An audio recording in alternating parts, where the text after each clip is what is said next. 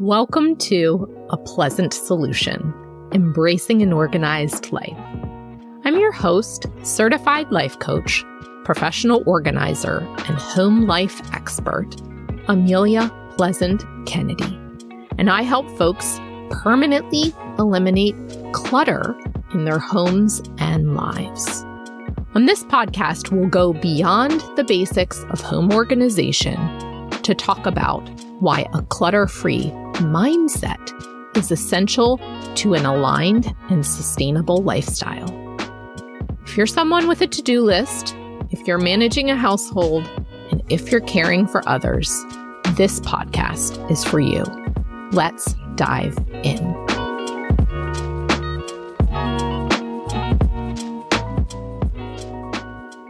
Welcome to episode 7, the pre-project planning phase. One of the most valuable things a professional organizer can help you with is determining exactly where you want to go with your specific project. I'm a member of several professional organizing communities: the National Association of Black Professional Organizers, the National Association of Productivity and Organizing Professionals, the Institute for Challenging Disorganization, and Black Girls Who Organize. And within each, there's always a conversation around determining the scope of a project and setting expectations with the client about what can reasonably be achieved during our time together. I'll link each organization in the show notes in case you're looking to hire an in-home organizer or productivity professional. Knowing where you want to go with a project, even if it's a whole home makeover, is essential pre-work. Now, I want to remind you that you already have a relationship with organization. You also have systems in place in your home. Sure, you may desire to get them functioning more effectively than they currently are. However, your systems do exist. You're more organized than you know. You're not starting from scratch. On today's episode, I'll define what I mean by the scope of your project and share my thoughts on the "I just got to get started" line of thinking. Then I'll outline 4 key questions for you to think through in advance of beginning any type of organizing project in your home, or in advance of hiring a professional to help you execute one. Spending some time with these questions in advance of your project will help eliminate many of the mind drama obstacles that are sure to appear while the project is in process. Investing time in the pre-project planning phase is one tool that you can repeat with each individual project. First, you'll want to define the scope of your project.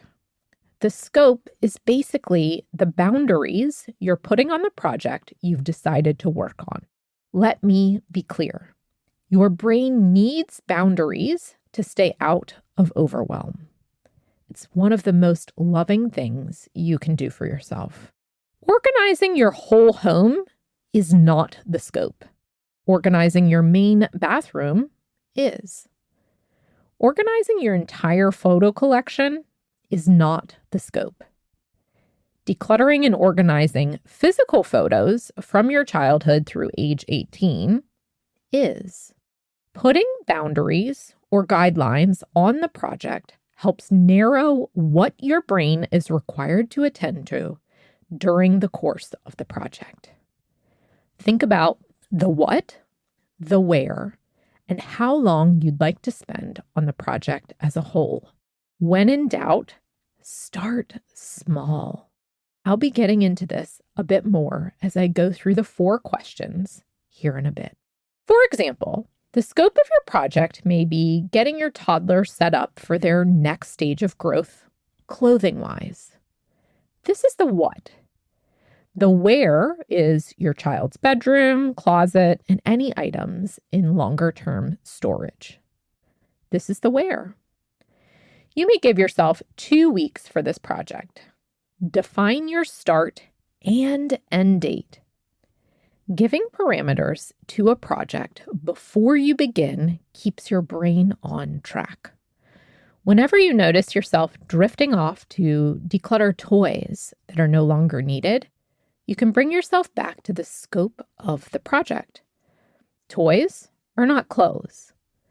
It doesn't mean that toys aren't important. It just means that you'll get to them when this project is complete. You're welcome to be as specific as is helpful when defining the scope.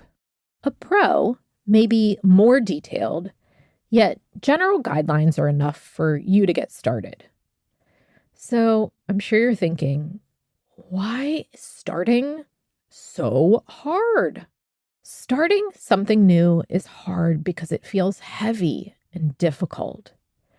You may be feeling confused or unsure of where to start. Yet, you're more organized than you think.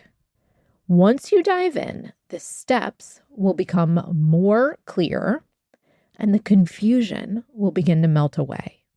In future episodes, I'll speak more to the role of emotions in decluttering and organizing. For now, let's look at how it feels to think, I just got to get started. Do you know how many times I've told myself, I just got to get started? I said it over and over to myself when I was launching my business. I said it loads. It was like a tape loop running through my mind. I'd do a little research. I'd hear the refrain. I'd talk to my friends about it. I'd hear the refrain. I'd register for a class. I hear the refrain. I even got a job at the Container Store. That was my first step back into the working world from being strictly at home. I still heard the refrain. I just got to get started on my business. The words you say to yourself matter.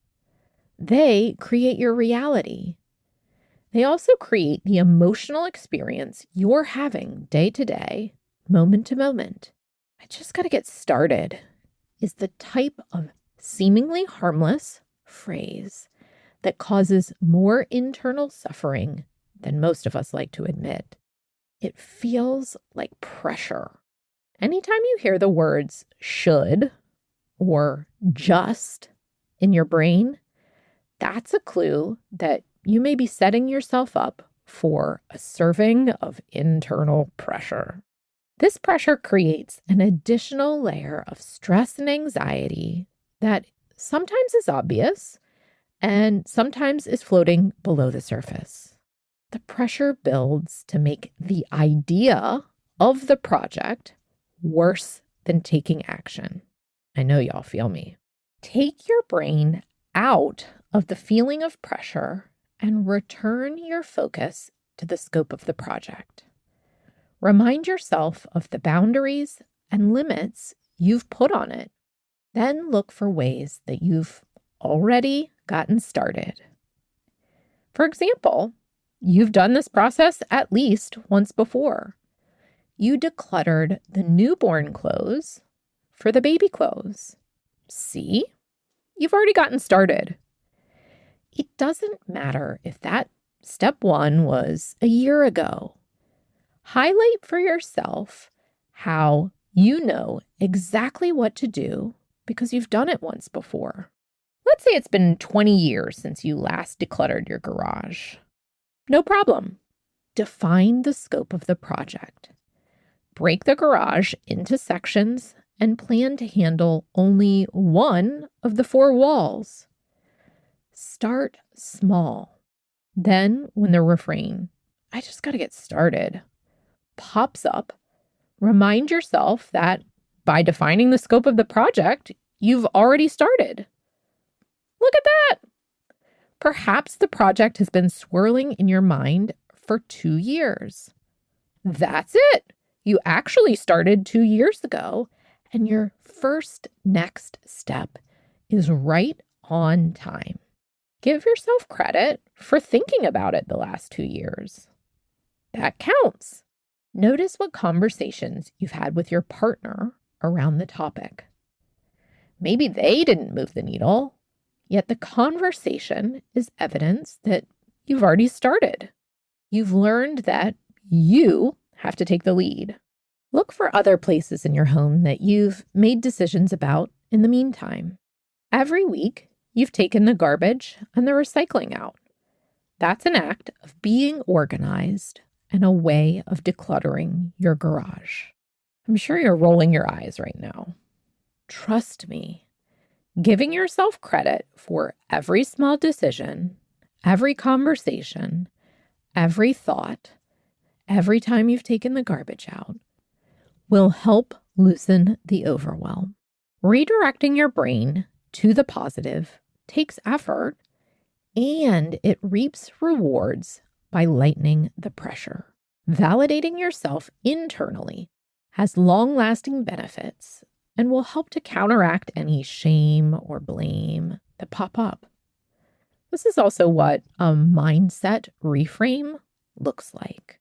For the second half of this episode, I'm going to shift to 4 key questions that will help you find purpose and clarity around the project you want to pursue. I'll post the questions in the show notes so that you don't have to jot them down right now. My work with clients always goes deeper than the beautification of a space, and by spending time with these questions, you can dive deeper too.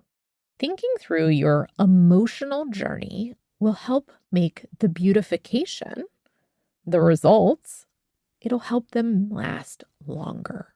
The first of these 4 questions is, why do I want this space or my overall lifestyle to be more organized?